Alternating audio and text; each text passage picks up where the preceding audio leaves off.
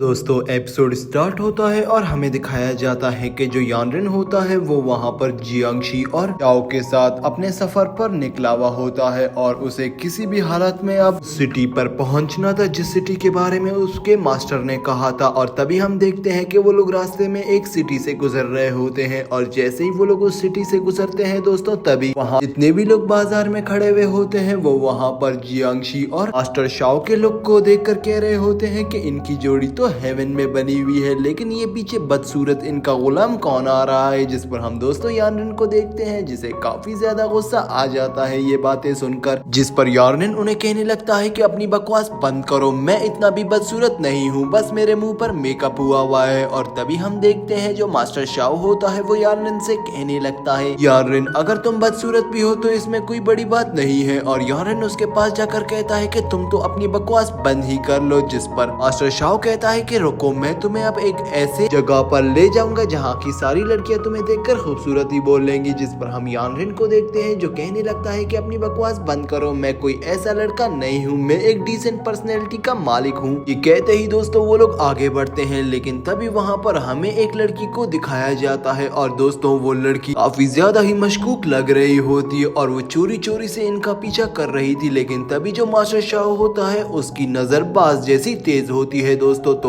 तब वो उसे देख लेता है और जैसे ही वो उसे देख लेता है वो वहाँ पर अपने माइंड में सोचता है कि मुझे यहाँ पर एक ड्रामा क्रिएट करना है। और तभी वो बिल्कुल वैसा ही करता है। वो जियांशी से कहता है कि क्या जियांशी तुम्हारे पास कुछ पैसे हैं, जिस पर जियांशी तो उसे मना कर देती है, लेकिन वो उसकी जो पोटली लगी हुई होती है उससे जबरदस्ती वहाँ वो पोटली छीन लेता है और कहने लगता है कि इस पोटली के बारे में क्या ख्याल है। जिस पर जियांशी को गुस्सा आ जाता है और वो कहती है कि मैं तुम्हें नहीं छोड़ूंगी शाओ। और दोस्तों वो शाओ के ऊपर अटैक करने के लिए आगे बढ़ती है, लेकिन तभी शाओ उस पोटली को हवा में फेंक देता है और जैसे ही वो पोटली जमीन पर गिरती है सारे सोने के सिक्के इधर उधर बिखर जाते हैं, जिसकी वजह से सारे वहाँ पर जितने भी लोग गाँव वाले खड़े हुए होते हैं वो वहाँ पर उन सिक्कों को लूटने लग जाते हैं। और दोस्तों यहाँ पर मैं आपको बताता चलूँ कि ये शाओ का एक प्लेन होता है जिसकी वजह से वहाँ पर काफी ज्यादा रश हो जाती है और वो लोग वहाँ से निकल जाते हैं। और जो लेडी खड़ी भी होती है इनका पीछा कर रही वो कहने लगती है कि आखिरकार ये लोग कहाँ गए। और जैसे ही वो ऊपर की तरफ जाती है इन लोगों को देखने के लिए तभी मास्टर शाओ उसके ऊपर अटैक करने के लिए आ जाता है और कहने लगता है कि तो हाँ क्या ख्याल है मेरे इस प्लान के बारे में, मेरा प्लान कैसा रहा। कहते ही वो दोनों फाइट करने के लिए हम देखते हैं कि रेडी हो जाते हैं, लेकिन जो लड़की होती है वो अपने आप को उस अटैक से डॉज करवा कर नीचे आ जाती है। और तभी वहाँ पर हम देखते हैं मास्टर शाओ भी नीचे आ जाता है, लेकिन जैसे ही वो लड़की अपना मुंह मोड़ती है और अपना निकाब उतारती है उसे देखकर जियांशी कहती है कि सीनियर सिस्टर आप यहाँ पर क्या कर रही है। जिस पर हम देखते हैं ये बात सुनते ही शाओ और यानरिन हैरान हो जाते हैं और कहने लगते हैं कि क्या ये तुम्हारी सीनियर सिस्टर है। और यहाँ पर हमें इस लड़की का नाम जियान ही बताया जाता है, जहाँ पर जियान ही वहाँ जियांशी को देखकर काफी ज्यादा दोनों खुश हो जाते हैं। इस पर जियांशी कहती है कि सिस्टर जियान ही मैं सेक्ट की लीडर नहीं बनना चाहती, मुझे उस सेक्ट में नहीं आना है। जिस पर हम देखते हैं कि वहाँ पर जो जियान ही होती है वो कहने लगती है देखो किसी भी आउटसाइडर के सामने हमारे सेक्ट को हमें डिस्कस नहीं करना चाहिए। जिस पर हम देखते हैं कि अगले ही सीन में वो लोग एक जगह पर आकर बैठ जाते हैं और वहीं पर ही जियांशी को अपने मास्टर के बारे में एक किस्सा बताती है और कहती है कि हमारे मास्टर जैसे ही माउंटेन पर वहाँ गए थे तो वो फिर काफी दिनों तक नहीं आए थे। जब हम उसे वहाँ उस माउंटेन पर ढूंढने गए थे तो वो काफी बुरी तरीके से हमें घायल पड़े मिले उस माउंटेन के नीचे और वो फुल पागलों जैसी बातें कर रहे हैं। ये बात सुनते ही वहाँ पर हम देखते हैं कि जो मास्टर शाओ होता है वो कहता है कि जियांगहुआ सेक्ट के काफी ज्यादा कल्टीवेटर मेरे दोस्त भी हैं जो तुम्हारे सेक्ट में रहते हैं, वो सेक्ट के डिसेबल भी ऐसे ही कुछ टाइम में पागल हो गए थे उस माउंटेन के पास जाने से। मुझे लगता है कि उस माउंटेन में कोई ना कोई मिस्ट्री जरूर है। और दोस्तों इस माउंटेन के बारे में हमें ज्यादा तो अभी नहीं बताया जाता, लेकिन तभी हम देखते हैं कि वहाँ पर जो जियान ही होती है वो जियांशी से कहने लगती है कि अब हमें सेक्ट की काफी ज्यादा रक्षा करनी चाहिए, सेक्ट को हमारी जरूरत है तो तुम्हें मेरे साथ चलना ही होगा। ये बात सुनते ही वहाँ पर हम देखते हैं जो जियांशी होती है वो जियानी को मना नहीं कर पाती, लेकिन वहाँ पर दोस्तों जो यानरिन होता है वो काफी ज्यादा इमोशनल हो जाता है, यहाँ तक कि जियांशी भी उसको छोड़ने का सोच ही नहीं रही होती, लेकिन उसको इस हालत में जाना पड़ता है। ये कहते ही वो वहाँ से निकल जाते हैं और तभी हम देखते हैं कि वहाँ पर जो शाओ होता है और वहीं यानरिन वो अपने सफर के लिए निकलते हैं आगे। और जैसे ही वो लोग आगे जाने ही वाले होते हैं हमारा सीन शिफ्ट होता है, हमें वहाँ पर कमांडर किन को दिखाया जाता है जो उस बोने असासिन के साथ बैठी हुई होती है। तभी वो बोना असासिन कहता है कि मास्टर किन अब आप सब मुझ पर छोड़ दें, मैं इस यानरिन और उस मास्टर जाओ को मार कर ही रहूंगा। और तभी हमें दिखाया जाता है कि जो यानरिन होता है वो वहाँ पर सीधा आगे बढ़ता है जंगल की तरफ और आहिस्ता आहिस्ता करते हुए वहाँ पर शाओ भी उसके साथ चल रहा होता है। लेकिन तभी शाओ कहता है कि नहीं, मुझे कुछ गड़बड़ी लग रही है, कोई ना कोई हमारा पीछा जरूर कर रहा है। तभी हम देखते हैं कि वहाँ पर एक लेडीज का ग्रुप आ जाता है और दोस्तों ये लेडीज ग्रुप काफी ज्यादा पावरफुल होता है और ये एक बशाम किंगडम के काफी पावरफुल कल्टीवेटर्स होते हैं। और बशाम किंगडम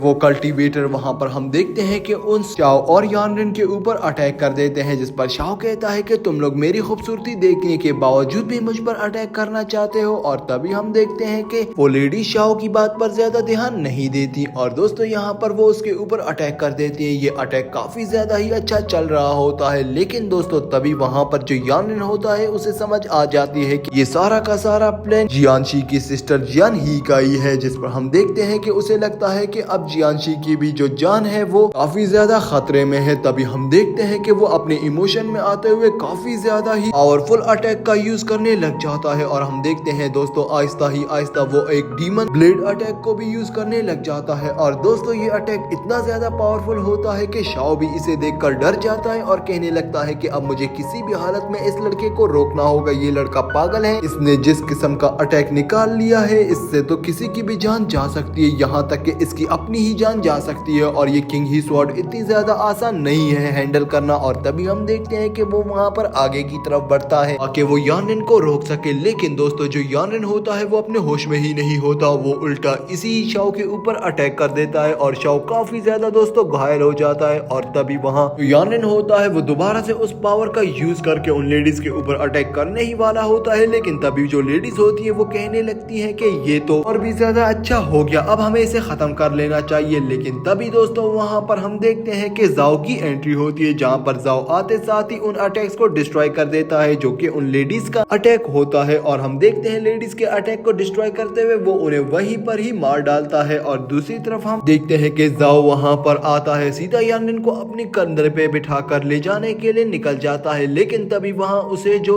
शाओ होता है वो कहने लगता है कि तुम इतनी आसानी से यानरिन को यहाँ से नहीं ले जाते, जिस पर वो शाओ को वार्न करता है और कहने लगता है कि देखो मेरे बीच में मत आओ, मैं यानरिन को नुकसान नहीं पहुंचाऊंगा, मैं इसका ध्यान रखूंगा, लेकिन तुम्हें यहाँ से चले जाना चाहिए। जिस पर हम शाओ को देखते हैं जो कहने लगता है कि यानरिन को संभालने की जिम्मेदारी मुझे मिली है। ये कहते ही वो अपने ब्रुश को एक्टिवेट कर देता है। और दोस्तों यहाँ पर यानरिन के लिए शाओ और वहाँ पर जो जाओ होता है उन दोनों की फाइट स्टार्ट हो जाती है। जाओ काफी ज्यादा कोशिशें करता है कि वो यानरिन को रोक सके, लेकिन वहाँ पर जो जाओ होता है वो काफी ज्यादा पावरफुल होता है और वो अपने पावरफुल अटैक का यूज करते करते जाओ के काफी अटैक को डिस्ट्रॉय करके उल्टा उसी को ही इतना ज्यादा पीट देता है कि पीटने की वजह से वहाँ पर जो शाओ होता है वो बेहोश हो जाता है। और जैसे ही वहाँ पर शाओ बेहोश होता है हम देखते हैं दोस्तों वहाँ पर जाओ यानरिन को लेकर निकल जाता है और पता नहीं वो अब यानरिन के साथ क्या करने वाला है। हमारा सीन शिफ्ट होता है, हमें वहीं पर ही दूसरी तरफ कमांडर किन को दिखाया जाता है, जहाँ पर वो बोना असासिन कमांडर किन के साथ ही खड़ा हुआ होता है। कमांडर किन उन बोने असासिन से कहने लगती है कि देखो असासिन, ये तुम्हारे पास पहला और आखिरी मौका है उस यानरिन को मारने के लिए और उस जाओ को भी तुम्हें खत्म कर देना चाहिए, क्योंकि मुझे लगता है कि जाओ भी हमारे साथ बगावत करना चाह रहा है। जिस पर असासिन कहता है ये तो एक तीर से दो शिकार हो जाएंगे, मैं उन दोनों को ही खत्म कर डालूंगा। और इतना कहते ही हम देखते हैं कि वहाँ पर जो कमांडर किन होती है वो कहती है कि ठीक है ये तुम्हारा आखिरी मौका है, इसके बदले तुम्हारी जान भी जा सकती है अगर जरा सी भी तुमने इस मिशन में लापरवाही की, ये बात याद रखना। और दोस्तों इतना कहते ही ये एपिसोड यहीं पर ही एंड हो जाता है। तो एपिसोड कैसा लगा कमेंट बॉक्स में